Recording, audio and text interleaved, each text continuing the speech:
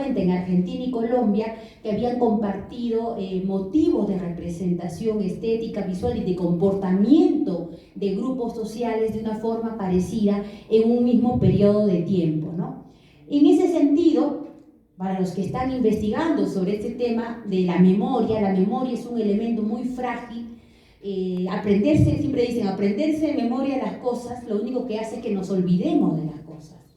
Pero si nosotros nos conectamos con la experiencia, si ponemos en práctica ese conocimiento va a perdurar durante mucho más tiempo en nosotros. Y en ese sentido, para quien le interese, les recomiendo este libro que no ha perdido vigencia, Los marcos sociales de la memoria, de un investigador, Maurice Halbach, quien va a ser el primero que va a abordar en el tema vinculado a patrimonio y memoria, cómo es que hay una memoria personal, familiar si queremos llamarle también, pero hay una memoria colectiva que es construida por esa propia comunidad, que puede rechazar o aceptar el tema del patrimonio cultural, sea un espacio cerrado o un museo abierto como el que estamos abordando, ¿no?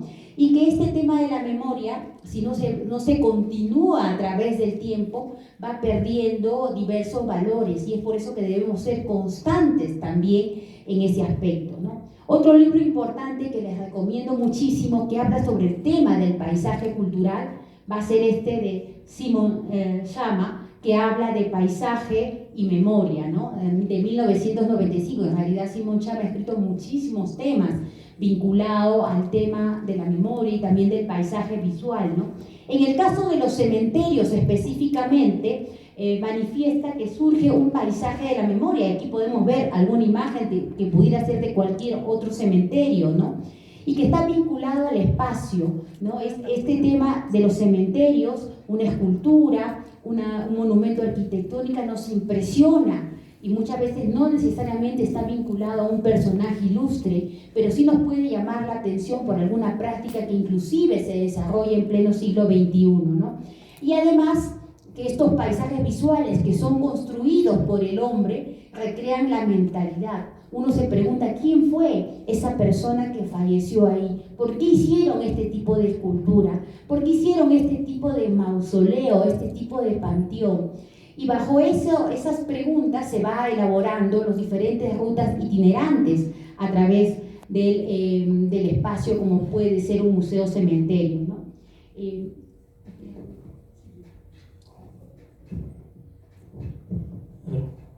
Claro, y dentro de esto, todos estos espacios arquitectónicos que se visualizan en los cementerios, y acotando lo que el autor señaló respecto a Schama, es acerca del paisaje mismo, ¿no? Que es más cultura que naturaleza, porque está enfocado dentro de un contexto permanente con el ser humano que lo percibe, al igual que la memoria, en el caso de Halbach, ¿no? Una memoria colectiva, una memoria social incluso, que de esa memoria social se conecta con la misma comunidad, a pesar de que la misma ciudadanía no lo ha visto, no ha sido testigo de ello, pero el recuerdo mismo permanente, como por ejemplo de un personaje de historia que es recreado por todos y en el cual se mantiene vigente a pesar de no haber tenido contacto con ello.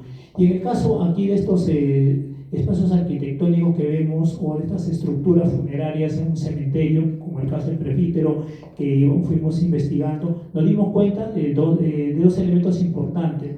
Primero, que el cementerio en sí, el presbítero al que estamos aquí presentes, fotografiando y realizando la investigación, es un espacio que se encuentra así en la periferia, pero no solo tanto, no está porque está alejado, sino que desde el momento en el cual se construyó y luego se inaugura, es porque fue parte de un espacio virreinal dentro de una ciudad importante como en aquel momento constituía Lima para un eje político trascendente. Entonces ahí estaba lo que más tarde, ¿no?, la trascendencia del cementerio, cuando se va ampliando y cataloga a la vez diversas, el panorama social se va a ir extendiendo poco a poco, porque se va a ver que no solamente será para una élite, sino también para otros grupos sociales en un marco diferente. Así es, y el otro punto importante, los museos cementerios, es que reflejan algo, la historia de una nación. como dijo el profesor, generalmente ahora vamos a ver una imagen, surgen durante el periodo colonial o virreinal, pero después en la República vamos a ver a esas diferentes clases sociales, porque los que pueden mandar a construirse estos túmulos funerarios tienen mucho dinero, pero los que no, ven al fondo los nichos, pues ahí también van a estar. Y vamos a encontrar, echa la ley, echa la trampa. A lo mejor no me puedo construir un mausoleo, un panteón, algo tan grande, pero el poblador, digamos, que no tiene todos los recursos necesarios, pues va a recurrir a efectos visuales, como veremos más adelante, para lograr tener esa misma sintonía, ¿no? Todos estos elementos que estamos viendo funerarios tienen diversas estilísticas que no vamos a repasar el día de hoy, pero que sí es importante señalar en cualquier museo cementerio en el mundo, desde el más pequeño hasta el más grande, cuando hay imágenes, esas imágenes funerarias tienen alguna conexión con el personaje que está enterrado, de forma directa, indirecta, y si nosotros tratamos de investigar por qué ese personaje presenta a una mujer, a una alegoría particular, a un elemento, vamos a poder también entender un proceso social, ese personaje dentro de un grupo social, dentro de nuestra comunidad en un periodo determinado. Vamos a poner justamente ahí, no más. Vamos a poner justamente un ejemplo sobre esto y que seguramente también lo vamos a encontrar en muchos museos en Latinoamérica. Lo hemos encontrado en La Pacheta, pero bueno, eso ya formará parte de otra exposición. Este monumento funerario es un mausoleo de un hombre muy importante que trabajaba en la ciudad de Lima, el señor Dreyfus, se acordarán del contrato Dreyfus por la historia, y cuya esposa muere muy joven, Sofía Berman de Dreyfus. Y entonces ella muere en París y él traslada su cuerpo a la ciudad de Lima. Y en el momento que el cuerpo con el ataúd llega al puerto del Callao, el barco encalla. Y entonces pues el cuerpo queda en muy malas condiciones, además había muerto muy joven. Y él le construye este mausoleo con una serie de alegorías y en la parte superior está la imagen, o sea, es un sarcófago, hay diversas tipologías de enterramientos donde representa a la difunta. Esto es súper costoso, es mucho más amplio, hemos puesto el detalle superior de esta estructura funeraria, ¿no? Y entonces, claro, el señor Dreyfus era un hombre, uno de los hombres más ricos en ese momento del Perú. Pero ¿qué pasa? Nos comenzamos a dar cuenta en diversos cementerios a nivel nacional, y lo hemos visto también en el de Trujillo, en el de la Almudena, por ejemplo, en el de Tacna, en el de Arica también, que cuando hay estas grandes construcciones, generalmente al lado en los nichos vamos a encontrar lápidas. Claro, una lápida cuesta menos que una arquitectura funeraria, donde recrean justamente ese monumento grande que a lo mejor la familia no puede pagar, pero que en pequeño, y también manifiesta esa misma conexión, en este caso el padre y la madre, ¿no? Y en la parte superior la recreación, en este caso de la difunta. El hombre siempre ha encontrado recursos para apropiarse de lo visual, si es que eso le favorece o está en conexión, en este caso con el enterramiento, ¿no? Entonces eso es una constante que se va a repetir en muchos museos en Latinoamérica y que justamente marca ese tema de la diferenciación social. Ah, bueno, no puedo pagar a un artista o mandar que estas esculturas sean traídas de otra parte para hacerle un monumento gigantesco a mi ser querido, pero lo que hago es una solución visual en pequeño que traslada el mismo sentimiento hacia ese difunto. Así.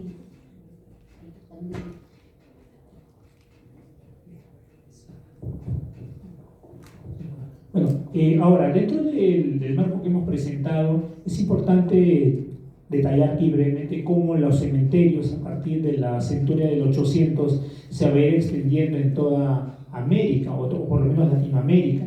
En el caso del Perú, hemos situado acá los 4 más conocidos de los cementerios, el de Arequipa, el de Lima, el de Cusco y el de Trujillo. Y justamente todo este panorama se aborda desde finales del siglo XVIII, exactamente hacia la década del 80, incluso hasta 70. Hay registros o documentos que han situado que desde ese momento, pero más extendido entrando ya hacia 1800. Y justamente esta es una propuesta que se venía discutiendo en los círculos ilustrados y que la propia élite consideraba de que enterrar en iglesias ya no era propio dentro de un contexto donde la ciudad sí se pretendía ampliar e iba a ser contaminante y a la vez muy perjudicial, Por lo tanto, era necesario abrir espacios más allá de la periferia para poder llevar a esto. Y por tal motivo, entonces, en 1808, en mayo justamente de aquel año, se inaugura el cementerio Presbítero Maestro. Lo mismo, y justamente el caso de Trujillo va a ser un caso especial, porque es el momento donde la élite, a través de las mismas autoridades, reclaman de que es necesario la construcción de un cementerio, dado que tomamos en cuenta que la época también era propicia para diversas enfermedades que se propagan, y esto, más los entierros en iglesias, traía consecuencias nefastas. Lo mismo va a suceder en La Pacheta, aunque esto data ya de la década del 20 y más claro hacia la década del 40 cuando se inaugura, y lo mismo en La Almudena. Pero ya todo este contexto iba dentro de un marco que ya se iba consolidando la necesidad de los entierros en cementerio. Claro, después la segmentación, de acuerdo a lo social, va a ir configurando poco a poco. Claro, entonces estamos hablando de ciudades que, como es un cementerio dentro de una ciudad mayor, ¿no? Bueno, aquí tenemos una vista del cementerio Presbítero Maestro, y otra cosa importante es la digitalización de los espacios patrimoniales vinculados a los museos cementerios. Actualmente uno puede recorrer parcialmente el cementerio Presbítero Maestro. ¿Por qué no podemos hacer lo mismo para La Pacheta? Pero no piensen que eso es que solamente lo hacen los museos europeos. Hemos hecho un registro y en realidad los museos europeos son los que están menos digitalizados, y son los museos latinoamericanos, como el de Sao Paulo, el de Buenos Aires, el de Lima, el de Río, que vienen siendo y abriéndose a lo digital para que cualquier persona pueda visitarlo de manera parcial o inclusive algunos totales, como el Museo de Sao Paulo, todos esos recorridos e instalaciones que tienen, ¿no? Y bueno, pues siempre también dentro de los museos hay una ruta estilística que es importante conocer, ¿no? Que tiene una inspiración europea, porque la mayor parte de estos mausoleos y panteones tienen estilos que vienen de Europa, denominados los historicismos. Solamente vamos a pasar rápidamente porque estamos entrando al final, ¿no? Los historicismos son recreaciones de los estilos artísticos, arquitectónicos, pero en espacios como los museos cementerios. Y esta familia pues tiene el dinero para poder construir este espacio patrimonial, ¿no? Seguramente el motivo más recurrente que va a haber en los museos cementerios, lo he visto hasta en el cementerio de Huancavelica, pues es el estilo neogótico. ¿Por qué? Porque antes la gente se enterraba en una iglesia, y la primera gran iglesia que se construye es una catedral en la Edad Media. No me puedo enterrar en una iglesia porque las nuevas ordenanzas no me lo permiten, entonces construyo mi propia iglesia. Esto es Lima y esto es La Pacheta, y lo vamos a encontrar seguramente el modelo artístico más recurrente a nivel nacional y latinoamericano, ¿no? O los neorrománicos, esto por ejemplo está aquí en Arequipa y es una verdadera joya del arte patrimonial vinculado al tema funerario, ¿no? El Panteón Gibson, ¿no? Que además tiene una serie de detalles vinculando el neorrománico, y en la parte de atrás un relieve vinculado al Art Nouveau. Entonces vamos a encontrar todo un museo interno, digamos, dentro de todos estos recorridos posibles que se pueden musealizar dentro de un mismo espacio como es el cementerio, ¿no? O el de la familia Costas, que ya una de nuestras alumnas del diplomado de museología ha hecho un artículo que está pronto a publicar sobre la identificación de los valores patrimoniales, no solamente la historia del monumento y de la familia, sino como, por ejemplo, los detalles nos muestran que tiene elementos vinculados al Art Nouveau, ¿no? Que no solamente está en el espacio urbano, sino también dentro de lo que es una ciudad cementerio como es La Pacheta, ¿no? O este Panteón Dorish de La Pacheta, donde vamos a encontrar, es que a veces no nos fijamos con detalle los valores que tiene nuestra propia ciudad, en este caso el cementerio, con una serie de alegorías como la fe, el triunfo sobre la muerte, con este ángel que tiene y sostiene una palma en las manos, ¿no? Y pues en la parte superior, ¿no? Otro personaje que lleva una cruz, pero que también nos muestra el ancla, que es símbolo de la esperanza. Y poco a poco podemos ir relacionando iconográficamente, estilísticamente y catalogando. Debería hacerse una catalogación en La Pacheta en ese sentido, ¿no? O aquí, como por ejemplo, elementos recurrentes que vienen de la masonería, logias o grupos sociales que tienen fuerte presencia también a través de sus símbolos en los museos cementerios. Sí, porque este símbolo que observamos aquí es este jarrón, por ejemplo, ejemplo, tiene un antecedente que va desde el mundo romano, donde aquellos que cremaban sus cuerpos y lo colocaban en urnas. En este caso, aquí, si se está cubriendo, es porque ello conserva el cuerpo del difunto, y que prácticamente es una separación entre la vida y la muerte que se está retratando aquí. Como este detalle vamos a encontrar varios en general con diversos aspectos vinculados a esa simbología que quizá no se difunde, pero sí es muy significativo. Así es, ¿no? De hecho, el jarrón es uno de los elementos recurrentes, la columna partida que vemos hacia el otro extremo, el fin inusual y repentino del difunto en este caso, y nos marcan símbolos que a lo mejor todavía no comprendemos, pero que nos transmiten cómo vivió el personaje o cuál fue su relación en ese momento del contexto social, ¿no? O como este que nos estamos terminando ya, súper interesante, del Panteón Llosa. Exactamente, aquí observamos el obelisco y a la vez aquí vemos el triángulo y el ojo, que es parte de la simbología masónica.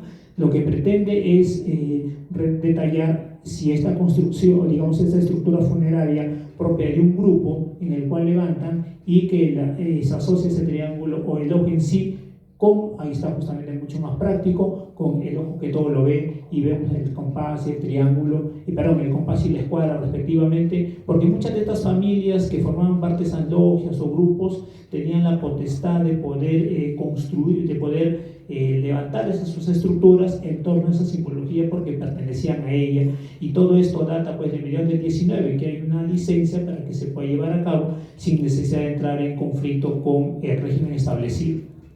Y entonces nos damos cuenta que en los cementerios no solamente el masón no necesariamente no cree en nada, el masón también puede ser católico, cristiano, ¿no? Y nos damos cuenta que a veces pasan desapercibidos estos detalles, ¿no? O como esto, que es súper visitado, siempre le digo con mucho cariño, voy a visitar a Miguelito, a Miguel Garcés Pedregal, ¿no? Que tienen en su lápida justamente uno de los símbolos más importantes de la masonería, la escuadra y el compás con la G que representa a lo que ellos llaman el gran arquitecto del universo, o ese conocimiento al cual tratan de alcanzar, ¿no? Que justamente lo hemos detallado. Entonces hay un universo de recursos dentro de los museos cementerios que debemos profundizar, y cada grupo social se va a ver representado también dentro de lo popular cuando son cementerios más recientes, ¿no? ¿O qué podemos decir de esto? Que son unas maravillas. Lo he visto arquitecturas funerarias muy parecidas en el cementerio Cristóbal Colón de La Habana, donde vamos a ver desde elementos neoegipcios, pero que nos presentan también elementos ocultos como el ojo que todo lo ve, vinculado a la masonería. No queremos decir que la familia Lira, porque este es el panteón de la familia Lira, sea masona, pero que sí al menos comparte ciertos elementos con grupos y logias que se formaron no solamente en Arequipa, sino a nivel nacional y latinoamericano. Ni qué decir de esta muestra, que es mucho más reciente, que es de la familia Aragón, con elementos neoegipcios también. Entonces, no solamente el Museo Cementerio es todo un lugar visual, de estilos, de paisaje visual, sino que cada una de la configuración de estos monumentos funerarios nos reflejan el poder de las élites que gobernaban, en este caso Arequipa. No es costosísimo elaborar este tipo de arquitectura funeraria, pero el que muere o la familia tiene alguna conexión seguramente con los elementos y símbolos, la iconografía que está presente, porque quiere, uno cuando va a morir, yo quiero que me entierren de esta manera. Hay una decisión del difunto que de alguna manera, o de la familia, que se ve reflejada en la parte externa. Y vamos construyendo de esta manera memoria, vamos construyendo un paisaje visual hecha por la mano del hombre, que comienza a tener una reflexión por la comunidad, en este caso del siglo XXI. Esa era la última imagen. Queremos agradecerles, y cualquier otra consulta, si es que estuviera en nuestras manos. Gracias.